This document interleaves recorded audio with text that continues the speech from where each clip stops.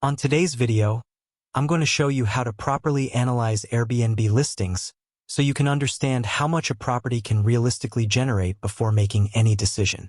Instead of guessing or relying on random numbers, you'll be using real data directly from the platform to evaluate demand, pricing, and occupancy in any area. We're going to go step by step, starting from how to identify the best locations, all the way to breaking down individual listings to see what actually performs well. By the end, you'll be able to look at any property and quickly determine whether it has strong potential or not, based on what's already working in that market. So the first thing you want to do is open Airbnb and enter the city you want to analyze. Don't overthink the dates.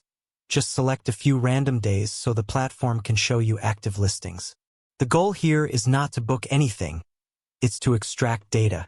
Once the results load, switch to the map view and zoom into central areas or locations that look active.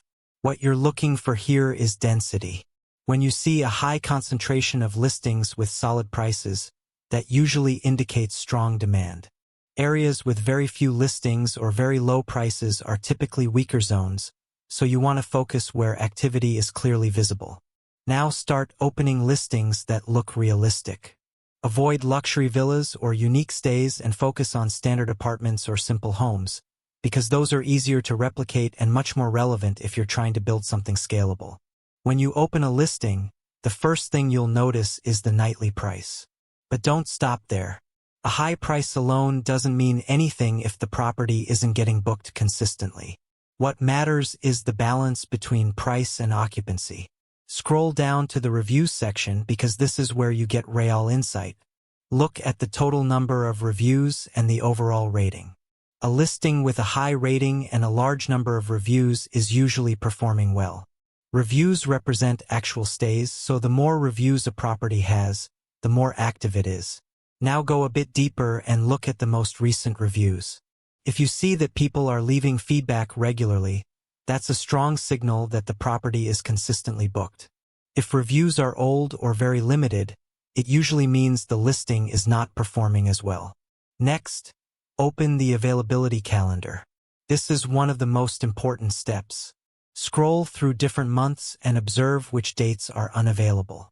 In most cases, unavailable dates mean the property is booked. If you see a lot of block dates, that indicates high occupancy. If most dates are open, then demand is likely lower.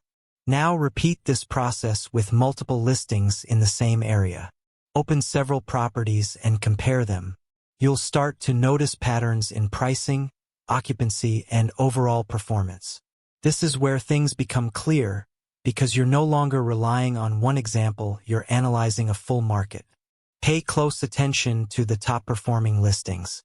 Look at their photos, how clean and professional they are, how the titles are written, and what amenities they highlight. These details have a direct impact on performance. The better the presentation, the higher the chances of consistent bookings. At this point, you should have a clear idea of what a good listing looks like in that specific area. You understand the average price range, how often properties are booked, and what makes certain listings stand out. This is exactly how you turn Airbnb into a research tool instead of just a booking platform. You're using real data, real listings, and real demand to guide your decisions. And once you master this process, you can apply it to any city, any area, and any type of property, allowing you to make smarter decisions and avoid costly mistakes.